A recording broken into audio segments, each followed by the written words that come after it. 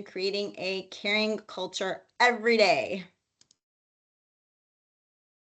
All right, and thank you guys all for being here this evening. So, when we're responding to day-to-day situations, we want to make sure that we are incorporating our culture of caring communication skills. So, if you've been attending our trainings for a while, you may have heard of the concept of head, heart, head. How many of you, by a show of hands or a thumbs up, have heard of that concept before? I know that we have some tried and true caring communication attendees here. How many of you remember that concept? I see a few thumbs up. Yeah. So we are scratching that scratch. We have our own new Red Cross spin on that concept that we are asking our teams to incorporate in every interaction whenever possible. And this, for now on, is going to be known as care knowledge care. So that is, we want to remember that when we are responding, we want to respond with a care-focused statement, a knowledge-focused statement, and then to follow it up with a care-focused statement. So why is that so important? Well, if your colleague or your supervisor were to have some feedback for you, would you prefer them to jump in right in with some negativity, or say something positive first and then give their suggestion? So no brainer, obviously you would want them to give you some positive feedback and say something constructive, and then end it with maybe something a little caring and positive, so that you will feel a little bit better about yourself at the end of the day. So this presentation will help provide you with practice scenarios and resources that you can use to guide you as you manage conversations and tough talks by elaborating on a few steps that will make your caring visible for everyone to see. So we're always going to be mindful of doing this when we're out there in the public with the Red Cross, but it's also something that's very productive for any of us that are parents out there, even myself, who's kind of in that sandwich right now, and I'm dealing with my mom and I have to give her constructive feedback because she's elderly. Making those kind of sandwich statements is very productive, and it goes a long way in your personal life too. So all of these skills that we're learning will definitely cross over for you all. Some of those skills to make caring visible are reflective feelings. So you want to watch and listen for what the person is feeling. You're always saying something. People will hear your nonverbals over your spoken words, right? So if you are saying something like, I really like your shoes, but you're looking like you're disgusted with somebody's shoes, obviously that's not going to go over very well. And what's going to be heard is not what's going to be felt, right? Because your nonverbal is very different from what you are indicating with your words. So communicating with positive purpose, how to communicate how your actions are in the best interest. And repeating caring, thank you or no thank you. And sometimes the answer is no, and that's okay. You guys ever had to answer any donor and tell them no? Have they ever like asked you a question like, can I walk in today? And you've had to turn them away and say no. So give a thumbs up if you've ever had to deal with that situation before. Pretty difficult situation to navigate, right? Whew, a lot of you guys, right? It's not the most pleasant thing. You guys are probably doing that on pretty much the regular because you are the first person that they see. So responding with these steps to making caring visible will allow our donors to feel seen and heard. It will give us the skills to grow our communication to the point where we're not only showing empathy, but we're also creating a healthy environment in which the community we serve feels cared about as individuals. So let's dive a little bit deeper into these steps and grow our communication together. So steps to making caring visible is reflecting feelings, and reflecting feelings begins with watching and listening for what the person is feeling. In order to grow this step, we need to practice the use of respectfully checking in or with understanding. And one way that you can do that is say, you sound, or you seem, or you look to the person. This also gives them the opportunity to negate what you say and say, well, actually, I don't. I am not. But you could respectfully assume something, but not judging them. So you don't say that you understand how someone feels and that those feelings are not yours. Being sincere and respectful to meet people where they are. So if you notice that the donor is upset, you don't want to be like overly cheerful with them, right? Because they will be like, what's going on? Like, I'm upset. I need you to be empathetic to me. And then find common ground. So you might have some experiences in your own lives where you've had some difficult situations. I'm sure we all have, and kind of like navigating and talking about those common ground experiences. Maybe some of you guys have been donor yourselves and had to wait as well, and you can talk from experience about that. So reflecting your feelings. Another way to make our caring visible is knowing that we're always saying something. So you're always saying something begins with people hearing your nonverbals over your spoken words. So we first see how the person is actually holding themselves before we actually hear those words. So we have to keep that in mind. In order to grow this step, we'll need to be aware to make sure that you watch for those clues. So is the donor making eye contact? Are they visibly upset? Monitor your own nonverbals to ensure your verbal and nonverbal indicators match. Are you making good eye contact? Are you giving a genuine smile? Trust and relationships are damaged when nonverbals say one thing and the verbal words don't match. So, like I said before, if you were to tell someone, maybe a donor, I really like your shirt, with a look of disgust on your face, they would probably think twice about your sincerity. If anybody has any personal experience about hearing somebody say something with some different nonverbals, feel free to share. People will believe nonverbal indicators more than spoken words. This causes doubt and does not show caring.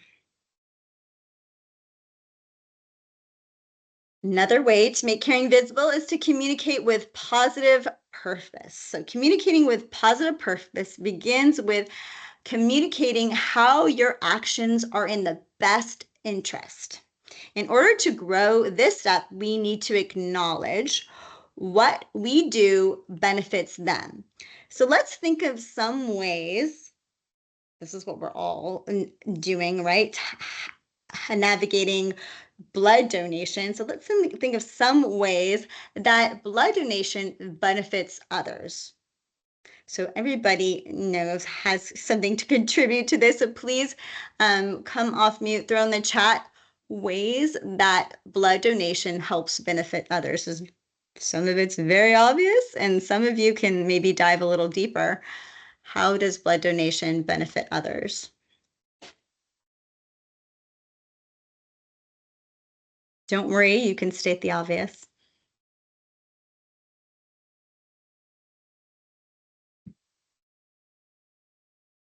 We have some things coming in the chat. Nisha put people who need transfusions. Exactly. Yeah, emergency transfusions, injuries, accidents. Absolutely. Thank you for sharing. We have some more. Oncology patients sometimes need transfusion. Absolutely. Saving lives, bonding to the community, being a part of something bigger. One single blood donation saves up to 3 lives and is always a constant need. Absolutely. And Mhm. the feeling of helping others. Yes, absolutely. Love that, Mark. The feeling of helping others. Little. We have some more. Platelet donations and cancer patients. Excellent. Helen, I have the best example, I think. You want me to say something or no? Please do. Yeah, go ahead, Oh, Sid. okay. I know Yes, you you know do. about You it, but have something for sure. yeah, no, the reason I say that is one of the reasons I do volunteer for Red Cross is that my daughter, she had leukemia and she was in the hospital for 15 months. And I've seen the amount of blood that was donated to her came from all over, including platelets. So I know the importance of donation and the importance of saving lives. So that's something that's very near and dear to me, even though my daughter did not survive the leukemia, but it does bring to the importance of people donating to save lives. That's important for me. We're very lucky to have you part of our mission, Sid. And your story is incredibly heart-wrenching, but also incredibly moving and motivating for our team. So thank you for sharing that. Thank you. So Rebecca, do we have a few more? Yeah, we have some more. This one says keeping the blood supply furnished prevents elective surgeries from being canceled, cancer patients from missing treatments, and sickle cell patients from suffering without transfusions. A So steady sweet. supply of blood in case of an emergency, and several have told me they want to help their community. Yes, And absolutely. Sid, I don't know if you can see the chat, but you're getting lots of thanks for sharing your story. Indeed. So in communicating, thank you for sharing, everyone. In communicating with positive purpose, make sure that the donors know what to expect and there's no surprises. Saying things like, I want to work with you, not I want to do this for you or complete this for you, makes the people feel more in control and there's less unknowns, and that makes them calmer as a donor. In general, relationships will strengthen with trust and understanding. So our last one is another step to making caring visible is repeating caring. Thank you and no thank you begins with understanding that sometimes the answer is no. So you all show us that sometimes we do have to say no, and that happens quite often as an ambassador. It's very important that when being our community facing self, we remember to utilize all the levels of our caring communication skill set to ensure that these messages are received in a positive way.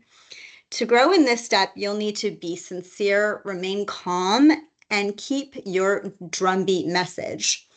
Switch up your caring layers while holding firm to the knowledge layer content. So you want to, again, begin with a care statement, go into your knowledge statement or your constructive feedback, and end with a caring statement. Don't waver from the bottom line. Still want you to say what needs to be said. This may take many times before the receiver hears that no. It's very important to remain calm and ensure nonverbal indicators do not show increased tension or displeasure. Sometimes it's hard to do. Don't judge and remain open-minded.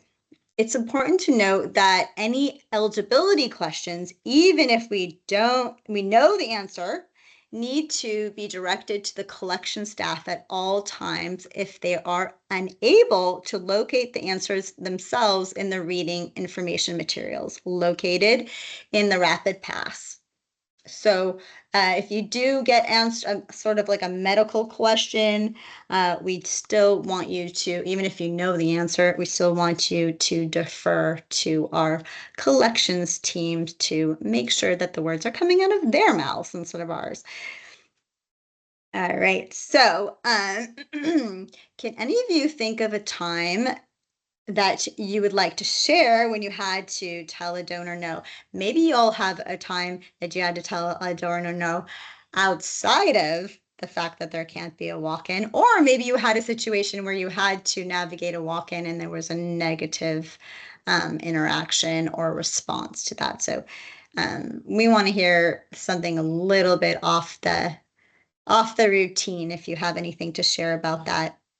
Another time that you had to say no to a donor about something other than a walk-in or a difficulty with having to say no. Does anybody have any of those situations they want to bring forward?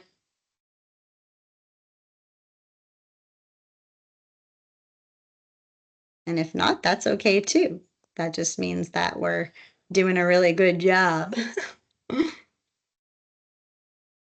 So we have something that popped up in the chat, Rebecca. Tom put, when I say no, I also try to provide options to help them for future donations, such as scheduling for a future appointment, etc. Yes, that's really, really good. And definitely a care statement, making sure that they know that even though we can't take them that very day, that we could take them in the future and that we still want their donation and it's still very important to us. I would say a couple scenarios that I have of having to say no to a donor, just to help maybe stir up some ideas, is that we've had to tell donors no for, I guess, sort of like throwaway donations. So they've come into the centers for replenish. So we have a special collections, and you have to go through channels for those special collections for us to extract a unit to discard it. For people who have the opposite of our problem and have too much blood, too much hemoglobin, they use our centers as well to do that process. And so people have shown up without going through those channels and expected us to be able just to take a unit and just throw it away. Do whatever we can with it. And they provide that information beforehand. And we, of course, have to tell them no and give them the, again, like kind of what Tom had said, except for instead of turning donors away and having them schedule an appointment, just diverting them and giving them a second option. Mm-hmm. And then Erin, we have go ahead. We have a hand up as well. You want to read Erin's first? Erin says, I always ask the staff beforehand if we will be taking walk-ins, and throughout my shift, I will continue to ask the staff if we are able to take walk-ins, and most of the time they are very understanding, and other times they are very frustrated. Yeah. Caitlin, did you want to come off mute? Yeah, so just kind of a combination of what you've said. I've had walk-ins come in, and then ask about donating because their iron's too high, and it's like it's a double no, because no, we weren't taking walk-ins that day. And then if they say that to me at the collections desk about their iron being too high, I sometimes just pretend I don't hear it, because I can't answer that medical question. But right, if they ask it right in front of the collection staff, I'm like, well, you just kind of asked the two questions you shouldn't ask. right. And I think that if you ever have a challenging situation where you might read the person as being, sometimes you can kind of tell this person might get frustrated if I have to tell them no. If you can read that situation ahead of time, just pull one of those nurses over, let them do the dirty work for you. If anybody gets mad or upset in any way, you don't get paid enough to deal with them. So please, defer to the nursing staff, and they have been trained through caring communications, because they also get caring communications. I bet it's a different kind of caring communications, because ours is really kind of geared towards you guys, but they do get their caring communications and they've been thoroughly trained how to navigate that. So please, they're always there. They're never too busy to help you out. So just use them as a resource. And then we have something else in the chat, Rebecca. Like Sharon had said, I had a scheduled donor who arrived just as we are closing down. After taking the staff, I apologized and told him that the staff could not take him today. I asked if he would like, oh, sorry, another one came in. I asked if he would like to make an appointment for another time. And then Tom had provided high good. schools get tough because the wait time is long. And at the end of the drive, sometimes we have 10 plus students that have been waiting hours and have to be turned away due to the drive ending. This is hard since so many are first time donations. So I try to get them to schedule an appointment at the donation centers, which are faster. Yes, definitely. Well, they might not miss they get to miss class, so they might not be that upset about waiting hours.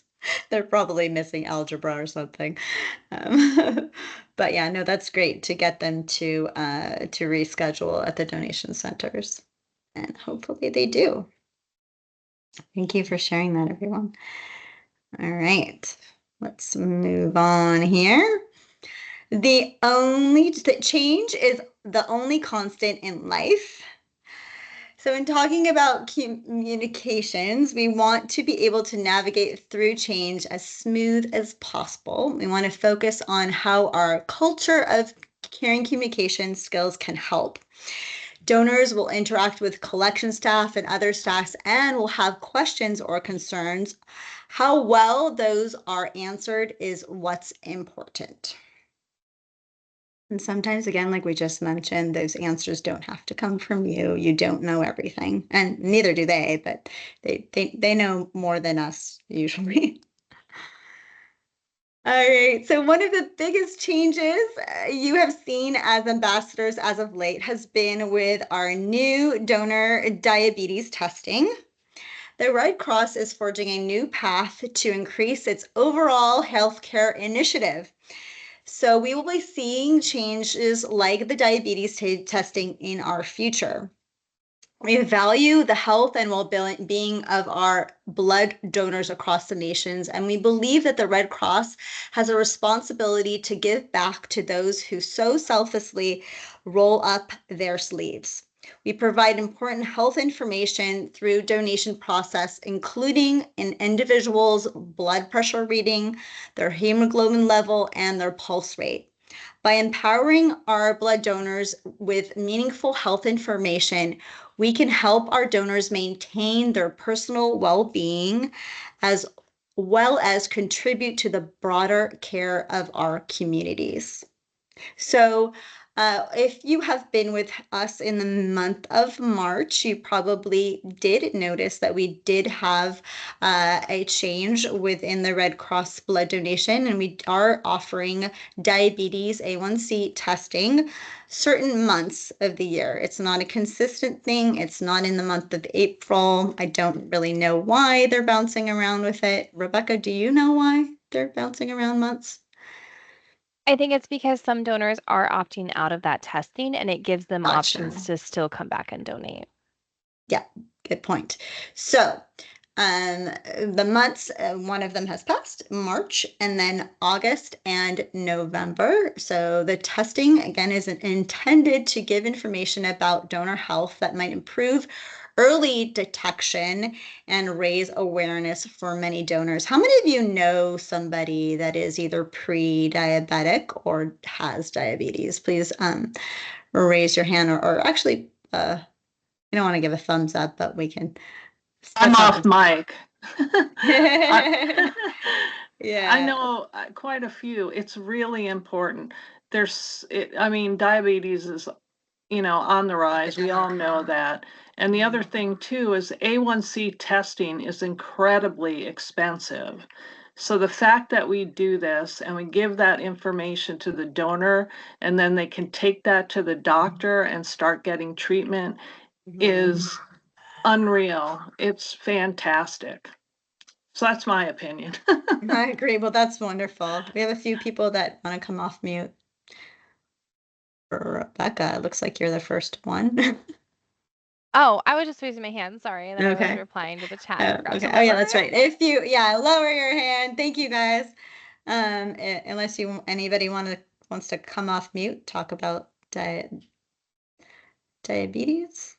Does any of us on this call have diabetes that feels comfortable sharing? I don't know. I do. Yeah, Oh, we I'm have a couple. pre-diabetic. So Aaron is pre-diabetic. A lot I'm of pre-diabetic. pre-diabetes. Wow. Ariel, did you? Oh, she lowered. Caitlin, Yep.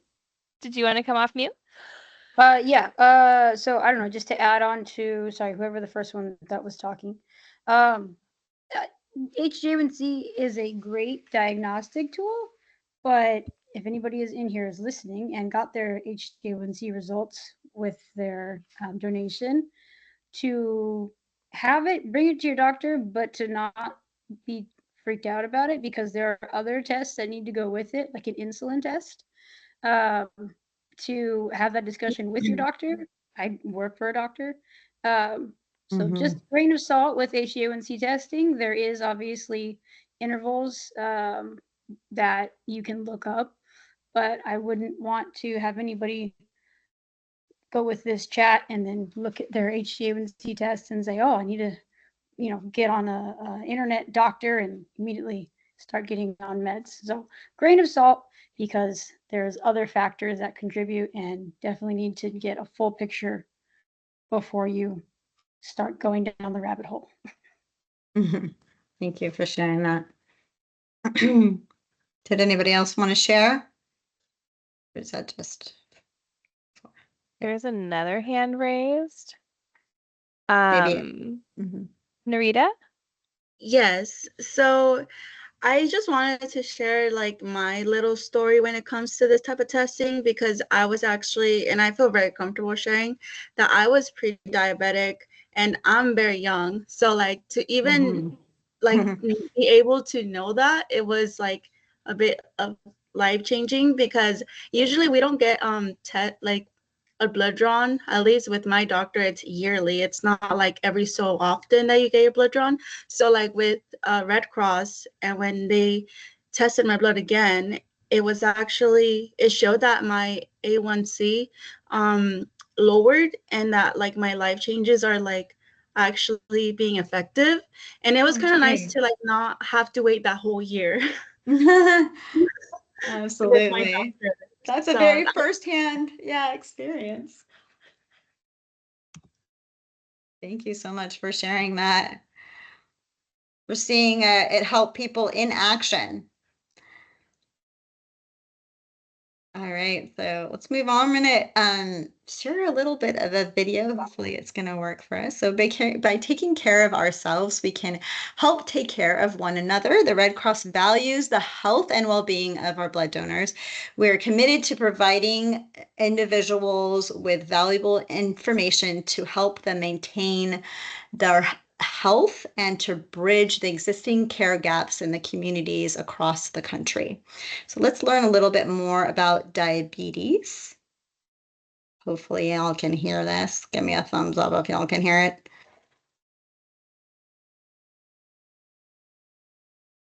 Can you hear that at all? Okay, let's start it from there.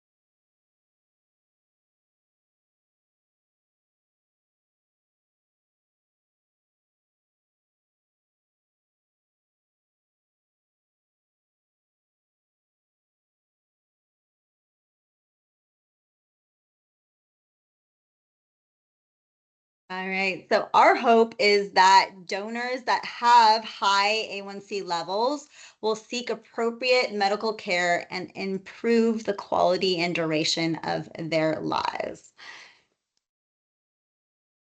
So what we know about A1C testing, so donors will only be tested once in a testing month. Red Cross is not attempting to diagnose diabetes. It is simply for donor health awareness. Consent is not required for testing. So it is happening whether they want it or not. And therefore, what Rebecca said is if they do not want it, they'll have to opt into a different month. Donors do not have the option to opt out, which is the most important item to consider when it pertains to helping donors navigate that change. So we just learned a little bit about navigating those changes. Has any of you had any pushback with this change? Put your thumbs up if you've had any pushback. I've been checking in with my volunteers and I haven't heard anybody tell me that anybody wanted to opt out of getting this test done.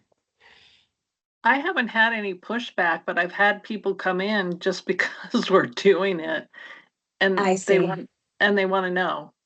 So Uh-huh. Well, it's getting them to donate. yeah, they're So like, I'm here to donate because I want to know what my A1C is. So that's good. that's rad. I wonder Yeah.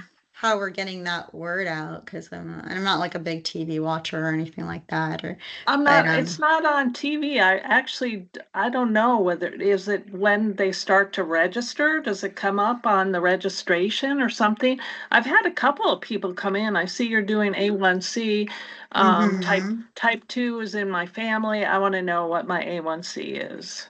Yeah, because I'm thinking those people are coming from the outside. Yeah. So they must be doing some sort of it was kind of actually social it was advertising.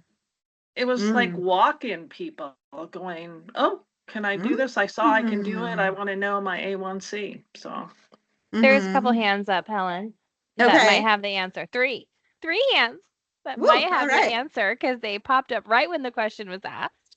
All right. We have Narita.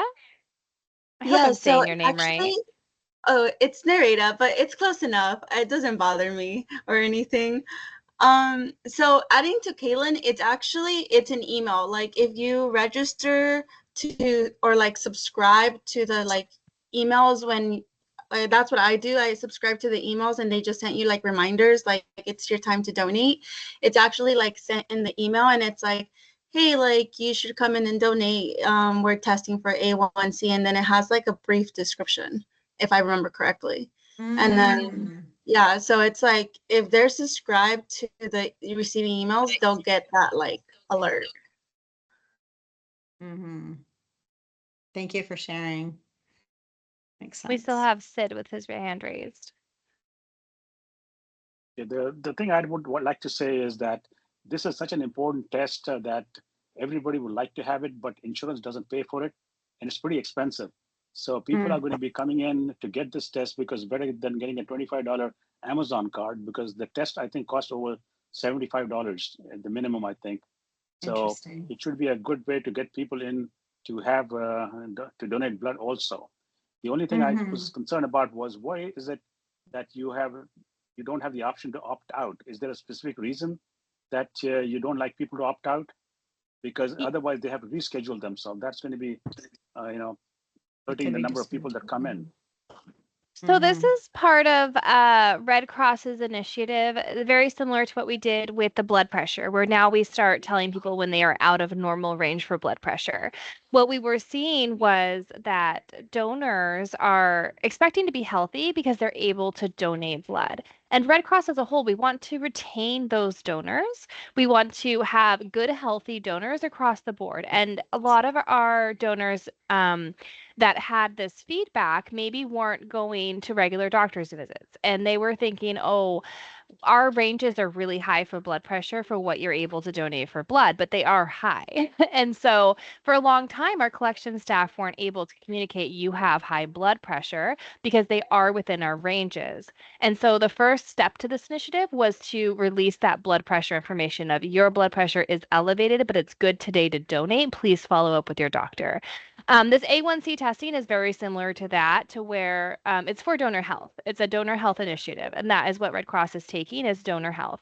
And this way, for those donors that may not be receiving those care from their doctors on a regular basis, that just by coming to donate, we were able to provide this to you. And the reason why they're not able to opt out is because when Red Cross does specialty testing, it is specified to those units. If we had a section to say, oh no, this donor doesn't want to be tested, there's a lot of chance for error. And so Red Cross is implementing that into their regular testing cycle. And that way we're able to just test everybody across the board, less room for error. We use the same tubes that we draw, and we don't have to draw a special tube for it. It's just worked into that process for these months. And so the reason why they're not able to opt out is that they're still going to receive those results. And this is probably one of the ones that they do receive. They don't receive every single negative for HIV. They don't receive every single negative for hepatitis, but this is one for donor health. So they do receive these results. And if their unit does get tested, the system will automatically send them those results. And then they would be even more furious that they opted out and still were tested for it. Caitlin, you have an interesting question.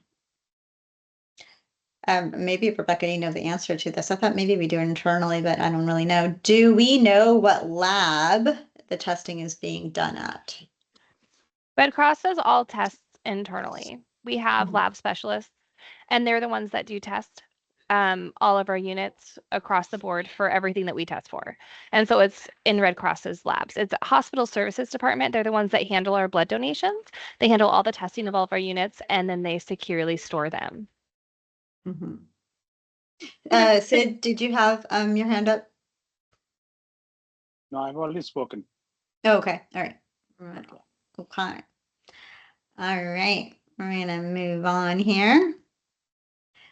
Right, so these are some focus statements to grow our skills in navigating change. So again, with care, knowledge, care, repeat caring, thank you, no thank you, communicate with positive purpose, you're always saying something, and reflecting feelings. So here's our focus statements, our keys. So these are some scenarios. We're going to respond to some of these scenarios with our layered communication skills. So our first scenario here is, why are we testing A1C levels for diabetes? If our donor population asks this questions, how might we respond with our care, knowledge, care? So here we are. And so with care, I'm glad you asked that question.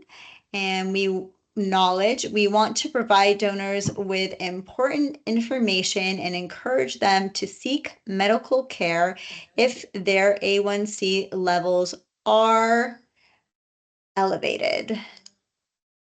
Care, are there any other questions I can answer for you? So that's an example of how we might navigate that particular situation. I think I went a little bit forward here, but we'll look at the next one. Why didn't I get my test results in my blood donor app? This is our care statement. Oh, great question. I would be happy to help. Knowledge statement. Please wait 14 days after donations to reach out to redcrossblood.org or call our donor support center. And then you make sure that they have their number and to get their results. And you can close with, thank you so much for coming in today. Anything else I can help you with today? A donor is upset. They cannot opt out of A1C testing. Luckily, none of us have had to navigate that, but maybe somebody might be scared. maybe they might not want to do it because they're terrified. That might be me. I'm scared. So, how would we navigate that? A care statement would be, I really appreciate how passionate you are. A knowledge statement would be, I want to provide you with a positive donation experience. Let's find a blood drive when testing is not conducted. And lastly, the care statement, I value your enthusiasm. Let's work together to make this a great experience or a great day.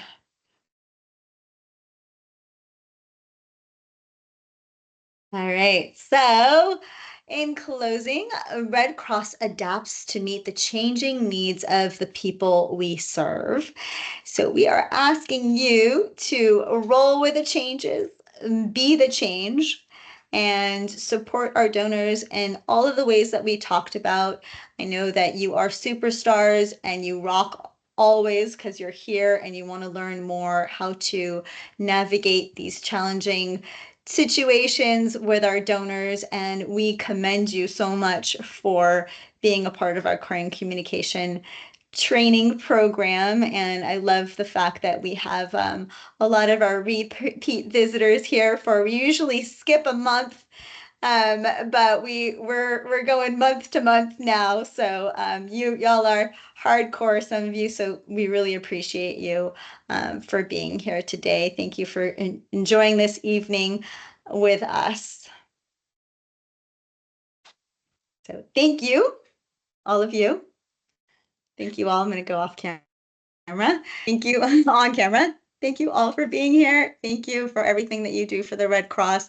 We appreciate you tremendously. I hope you enjoy this wonderful week of appreciation and that you're feeling all of the love that we have for you all around out there in your donor centers or in your mobile drives, and that you're seeing hopefully some of us out there giving you swag. How many of you have received some swag? Thumbs up if you received some swag or attended